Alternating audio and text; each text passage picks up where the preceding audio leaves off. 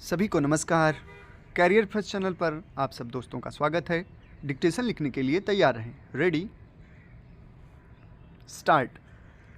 अध्यक्ष महोदय, वह हिम्मत करे जिससे देश में ज़मीन जोतने वाले को मिले और जो मेहनत नहीं करते उनसे ज़मीन लेकर उसका बंटवारा कर दिया जाए। मुझे आश्चर्य हुआ जब मैंने इस प्रतिवेदन को आरंभ से अंत तक देखने की कोशिश की और इसमें अंग्रेजी का इतना समर्थन मेरी समझ के बाहर की बात थी। अंग्रेजी के समर्थन के साथ रोमन लिपि तक का समर्थन किया गया है।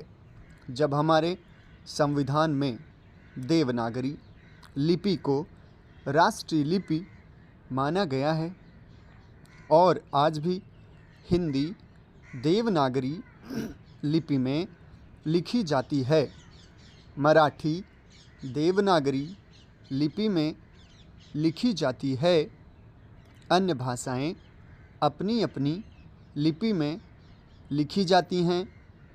रोमन लिपि के लिए इस आयोग की रिपोर्ट में किस प्रकार कहा गया, रोमन लिपि की बात कैसे इसमें आई, यह मैं कम से कम नहीं समझ पाया।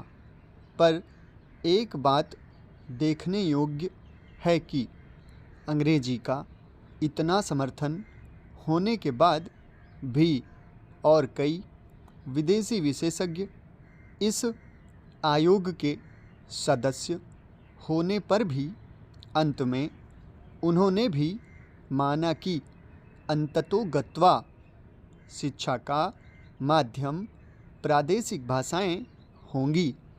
आयोग को यह भी मानना पड़ा कि अंग्रेजी के माध्यम रहने से देश की हानि हो रही है और संसार के किसी भी देश में ऐसी स्थिति नहीं है।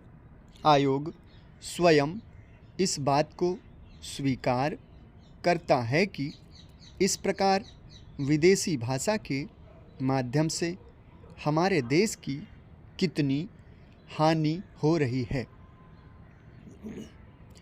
मैं त्रिसूत्री भाषा फार्मूले का समर्थक हूँ।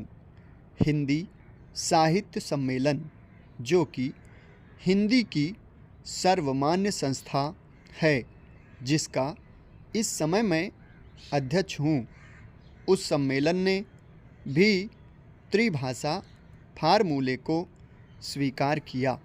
यद्यपि हम यह उचित समझते थे कि द्विभाषा फार्मूला रहता, एक मातृभाषा और दूसरी राष्ट्रभाषा, लेकिन हमें इस बात का भय था कि यदि द्विभाषा फार्मूला रहेगा तो मातृभाषा और अंग्रेजी रहेगी।